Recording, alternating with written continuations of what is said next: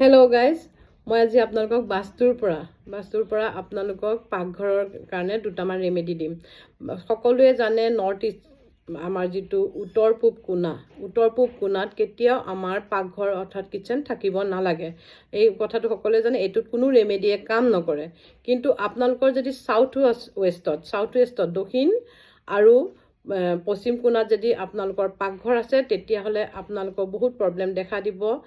ধৰক আপোনালোকৰ গেছৰ প্ৰব্লেম, যিকোনো পেটৰ প্ৰব্লেম আৰু লগতে হাৰ্ট বাৰ্নিং, এনেকুৱা কিছুমান সমস্যাত আপোনালোকে ভুগিব পাৰে। তাৰ কাৰণে আপোনালোকে ৰেমেডি কৰিব পাৰিব। ৰেমেডি ধৰক আপোনালোকে যদি অলৰেডি পাকঘৰটো বনাই থৈ আছে, তেতিয়াহ'লে গেছৰ যিটো হাফ আছে, হাফৰ তলত আপোনালোকে য়েল্ল' কালাৰ হালধীয়া ৰং দিব পাৰে আৰু হালধীয়া ৰঙৰ লগাব পাৰে। আৰু যদি আপোনালোকে নতুনকৈ বনাব খুজিছে, তেতিয়াহ'লে য়েল্ল' জেচলমেট ষ্ট'ন, যিটো নেকি টাইলছৰ দোকানত পোৱা যায়, বা য়েল্ল' টাইলছ লগাব। তেতিয়া আপোনালোকৰ বহুতখিনি সমস্যা দূৰ হ'ব।